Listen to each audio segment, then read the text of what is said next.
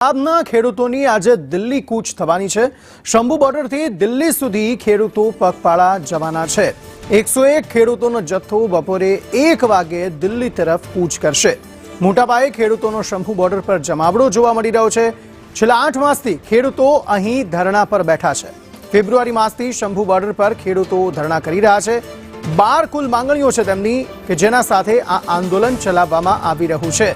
ત્યારે ખેડૂતોની આ દિલ્હી કૂચને જોતા તંત્ર એલર્ટ પર જોવા મળી રહ્યું છે। હરિયાણા બોર્ડર પર મોટા પાયે બેરિકેડિંગ કરી દેવાયું।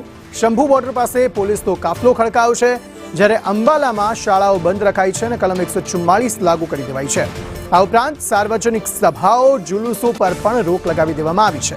ડ્રોન અને વોટર કેનન પણ તૈયાર રખાયા છે ઇન કેસ જો કોઈ અનિચ્છનીય બનાવ બને છે અને ખેડૂતો આ બેરિકેડિંગ તોડીને આગળ વધવાનો પ્રયત્ન કરે છે તો તે સમયે કઈ રીતે પરિસ્થિતિને પહોંચી વળવું તેના માટે પણ તંત્ર અત્યારે તૈયાર જોવા મળી રહ્યું છે। એક તરફ ખેડૂતો જે છે તે હવે પાછું વળવાના મૂડમાં નથી અને આંદોલન કરી રહ્યા છે અને વિરોધ નોંધાવી રહ્યા છે। आशा है कि सरकार हमें जाने देगी और पीसफुली प्रदर्शन करने देगी।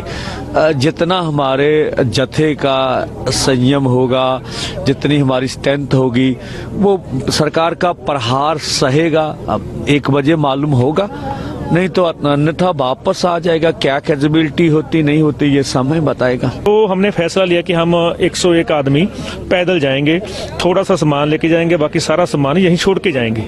पर पिछले दिनों में और परसों की बात है कि अब पैदल चलने पर भी वो धारा 144 लगा दी उन्होंने, नोटिस चिपका के कि हम आपको आगे नहीं चलने देंगे। तो हम तो जब चलेंगे हमारा जत्था तो बढ़ेगा।